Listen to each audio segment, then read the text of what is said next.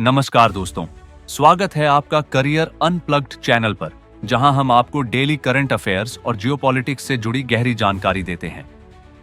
आज हम बात करेंगे कतर द्वारा भारत में 10 अरब डॉलर के बड़े निवेश की घोषणा और इसके भारत की अर्थव्यवस्था और रणनीतिक साझेदारी पर प्रभाव।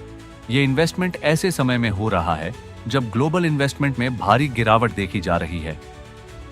इस वीडियो में आपको मिलेगा डिटेल्ड एनालिसिस, जिससे आपको पूरी तस्वीर साफ नजर आएगी। अगर आप हमारे चैनल पर नए हैं तो सब्सक्राइब करें और बेल आइकॉन दबाएं ताकि आपको हर महत्वपूर्ण अपडेट सबसे पहले मिले। कतर का भारत में बड़ा निवेश, क्यों है यह महत्वपूर्ण?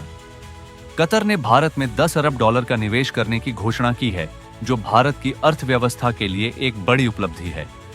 पिछले कुछ सालों में भारत में फॉरेन डायरेक्ट इन्वेस्टमेंट (FDI) में गिरावट देखी गई थी। कई विदेशी कंपनियां भारत से अपना पैसा निकाल रही थीं, लेकिन अब कतर का यह इन्वेस्टमेंट एक बड़ा गेम चेंजर साबित हो सकता है। इससे पहले भारत और कतर के बीच 20 साल की LNG गैस डील भी साइन की गई थी, जिससे भारत को 6 अरब डॉलर की बचत होगी।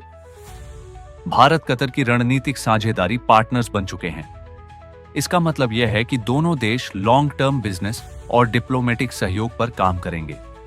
दोनों देशों का लक्ष्य 2030 तक बायलैटरल ट्रेड को 14 अरब डॉलर से 28 अरब डॉलर तक ले जाना है। फ्री ट्रेड एग्रीमेंट (FTA) पर भी बातचीत चल रही है, जिससे व्यापार को और बढ़ावा मिलेगा। भारत और GCC देशों की बढ़ती निकटता।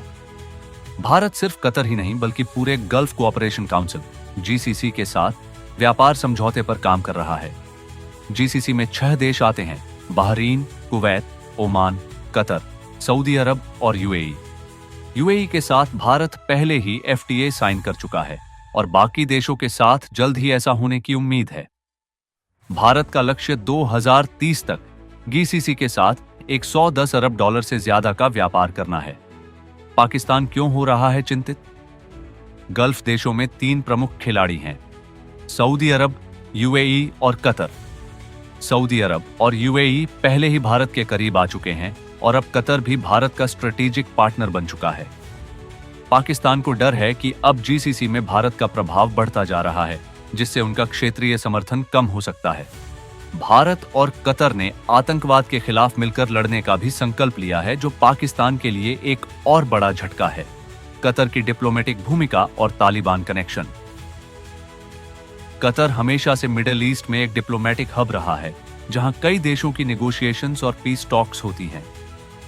भारत ने हाल ही में तालिबान के साथ एक ऑफिशियल मीटिंग की थी और भविष्य में यह बातचीत कतर में भी हो सकती है। रिपोर्ट्स के मुताबिक भारत तालिबान के साथ डिप्लोमेटिक रिलेशंस बढ़ाने पर विचार कर रहा है, जिससे पाकिस्तान की चिंताएं और बढ़ सकती हैं। क्या कतर का अमीर 2025 में भारत के रिपब्लिक डे चीफ गेस्ट होंगे? संभावना जताई जा रही है कि कतर के अमीर भारत के रिपब्लिक डे पर चीफ गेस्ट हो सकते हैं।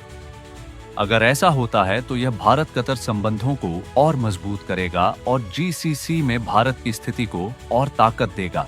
तो दोस्तों, ये थी आज की सबसे बड़ी खबरें। क्या कतर का यह निवेश भारत के लिए फायदेमंद होगा? क्या भारत और कतर मिलकर मिडिल ईस्ट में नया समीकरण बना सकते हैं? अपनी राय हमें कमेंट में बताएं। अगर आपको यह जानकारी उपयोगी लगी हो तो वीडियो को लाइक करें, शेयर करें और करियर अनप्लग्ड चैनल को सब्सक्राइब करें, ताकि आप कोई भी महत्वपूर्ण अपडेट मिस न करें। मिलते हैं अगले वीडियो में, तब तक के लिए धन्यवाद और जय Hind. Hit that like button, share this video and subscribe to Career